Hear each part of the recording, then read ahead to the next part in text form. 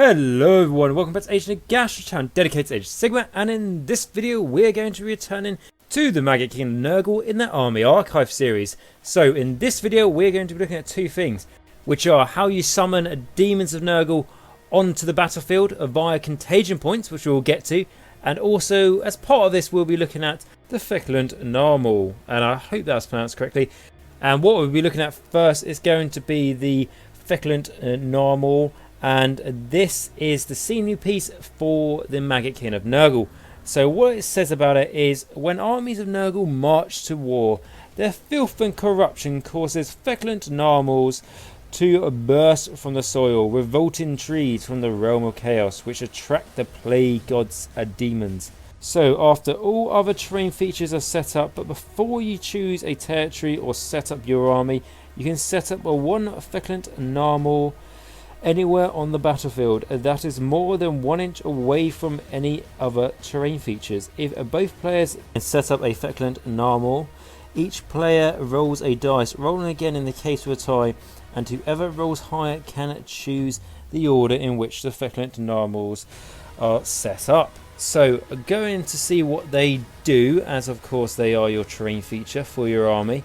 As you know, a lot of the armies are getting them now, like especially the new books. I don't think there's been a new book for a while that hasn't got them. By there's Nighthaunt and Stormcast Eternals, which surprisingly didn't get them.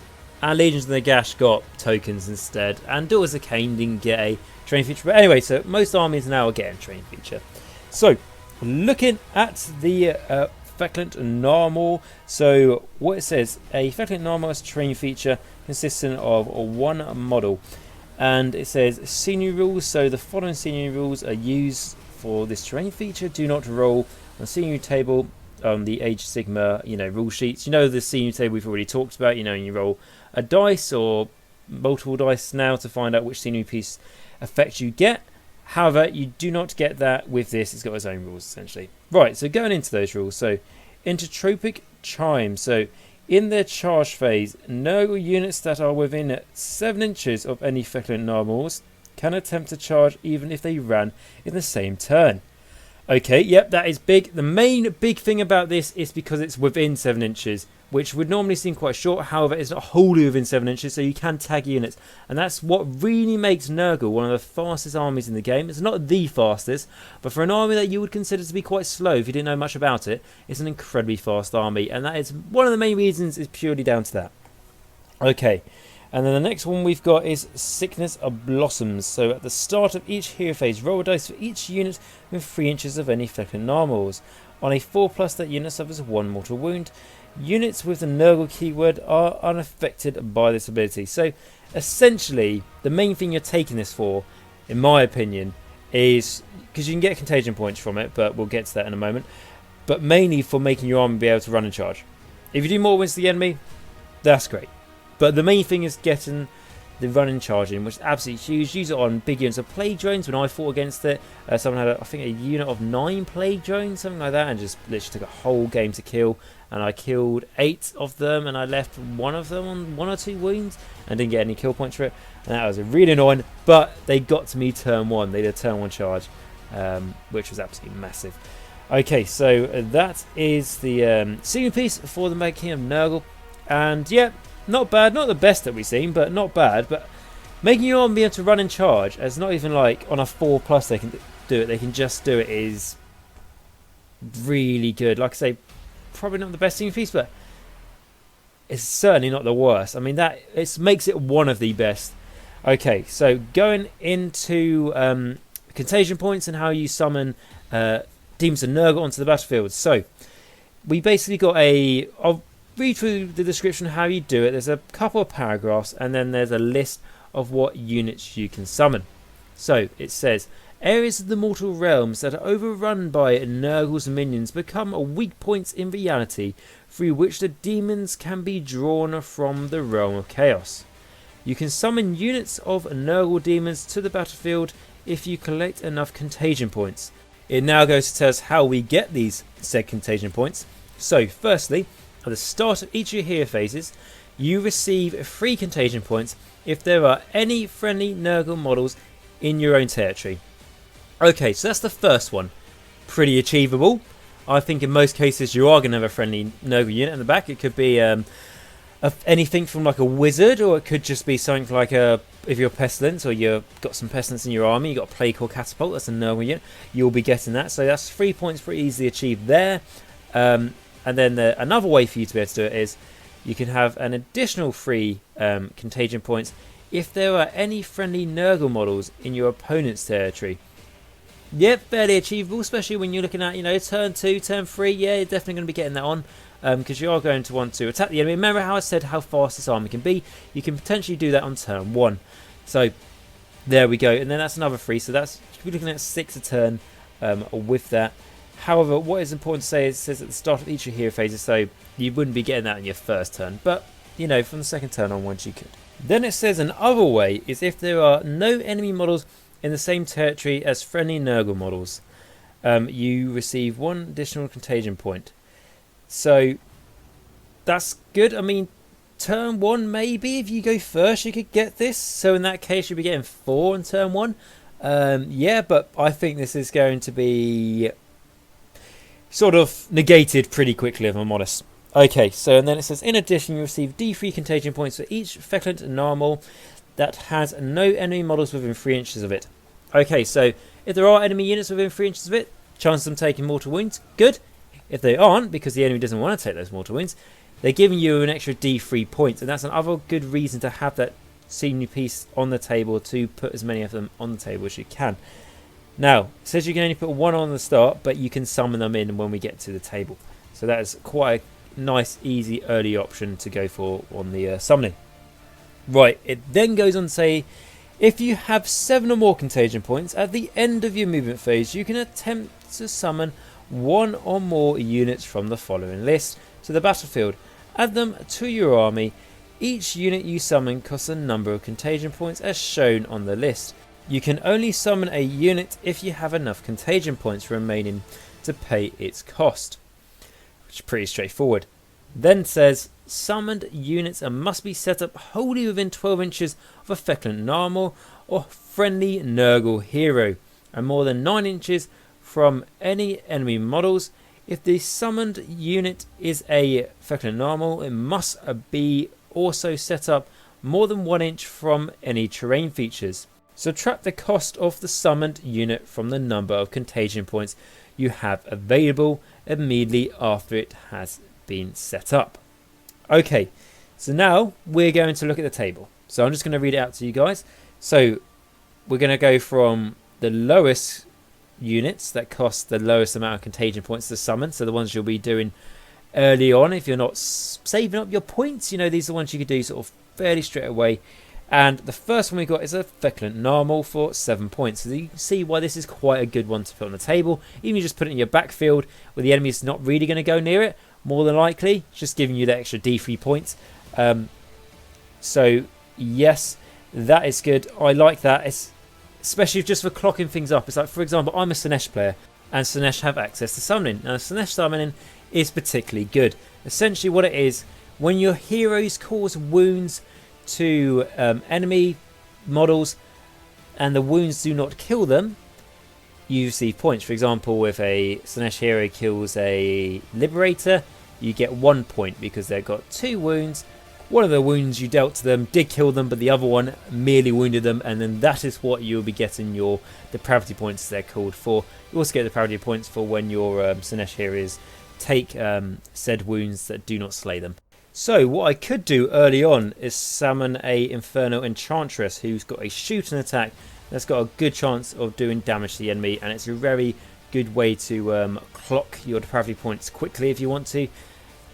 So where the comparison is with this, as I'm saying, the Feculent Gnarlmaw is a good way to clock points early when you can, because you might think, oh, I want to save it for something a bit more interesting, but you are saving it. It's essentially an investment with the Feculent Gnarlmaw, because it will be generating you points, and it will be generating hopefully more points throughout the game than how much it costs.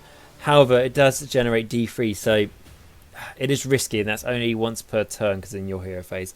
So you summon one of those with 7 points.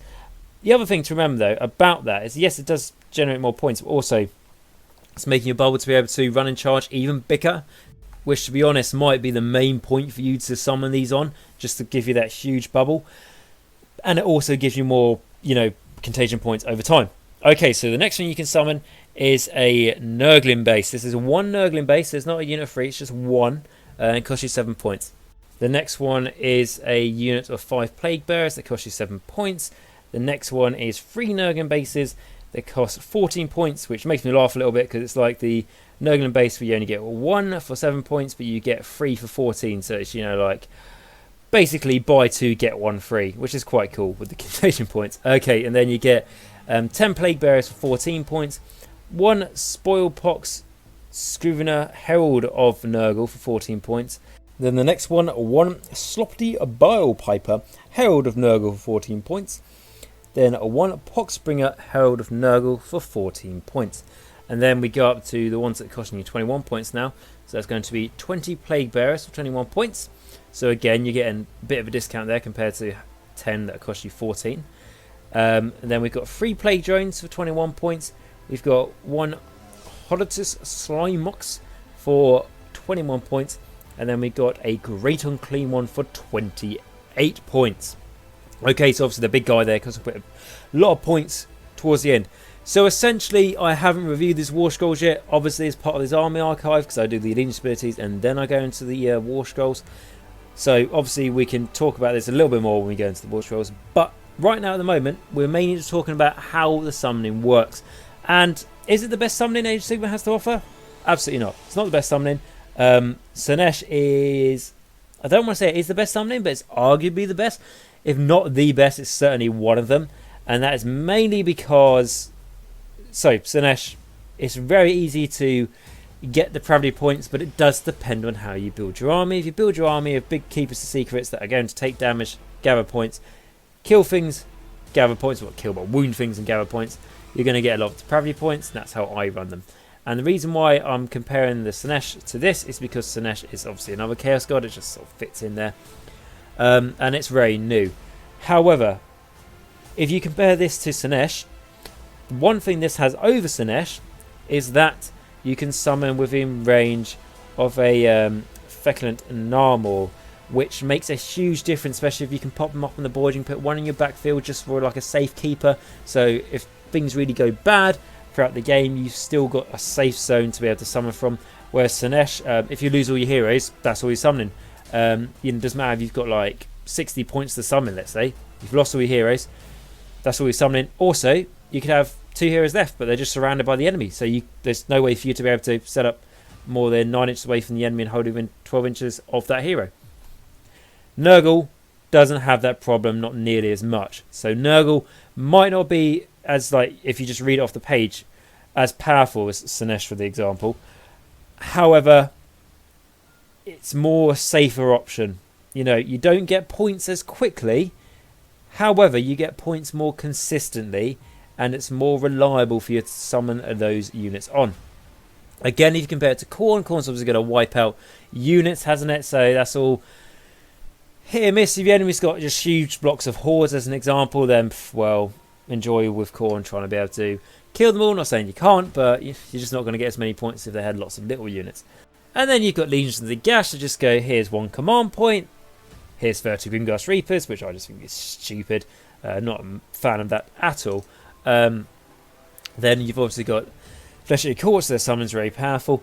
So Nurgle was not the most powerful, but it's not the worst in my honest opinion. Of course you've got loads more out there. I haven't mentioned Seraphon, Siege and stuff. I don't have time to mention them all.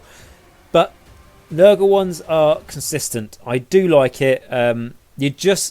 One important thing to have with your Nurgle, and this same with a lot of armies, I do have a lot of armies, have a little notepad with you just to be able to clock how many points you're generating, and also what I'd say also to have on that notepad is just to say how you are generating these points, because unfortunately how it's written in the paragraph, it's not written poorly or anything like that, but it's just a solid block, which is a paragraph of text, rather than just saying basically bullet pointing on how you get the contagion points. I think it would have been a better layout, just for quick reference and easy to read on the eyes.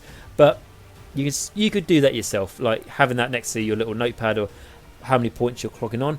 And I do recommend that. You can get tokens and stuff to do it, but particularly if you're learning the army, you're new to it, I think it's good to have written down Nice, easy, straightforward format. How you getting those points to this? Nothing worse than going like, I don't know, 3 turns into a game, go, oh, I should have been rolling for my Feculent armor, the fucking D3, you know, rolls to get more points. I could have summoned something, but you know, just generally getting annoyed by, you know, like your own forgetfulness, because obviously none of us like being in that situation, and it's a good way to avoid it. So that is the summon mechanics. That's how it works for the Maggotkin of Nurgle. I've told you my thoughts on it. I've been honest, said it's not the best, but it's not the worst, and it's quite reliable, which is reliability in a very random game such as Warhammer, obviously because it's dice based, is safe. I mean, it's not like Tzeentch where they just go, I'm just going to choose my dice rolls. I'm not even going to roll the dice, which I don't care if Tzeentch are not nearly as powerful as they used to be. I still do not like Tzeentch purely for that, because there's been times when I fought against Tzeentch and it's like neck and neck, and it's like, oh, they can pull it off, they could turn the game if they get really lucky at their dice rolls, and they just go, I'm using this dice and this dice, and you think, oh well, why are we even playing the game at this point? Purely because I was losing and I was not taking it well. But anyway, guys, so that has our chat on how Feculent Gnarlmaws work and how you use them best to your advantage, and also how the contagion points work for Maggotkin of Nurgle, being able to summon on those demons. So I hope you've enjoyed this video, guys. If you have, please like, subscribe and comment down below. They're always completely free for you guys to do so, and massively helps the channel. I've noticed quite a few of you guys have done that, so big thank you to you guys who've done it recently as well. And also, what I want to say is, like I said, I put on my community post the other day saying if you've got a Nurgle army, you want to send in some pictures so I can put on these videos for the Nurgle series, please send them to my email address.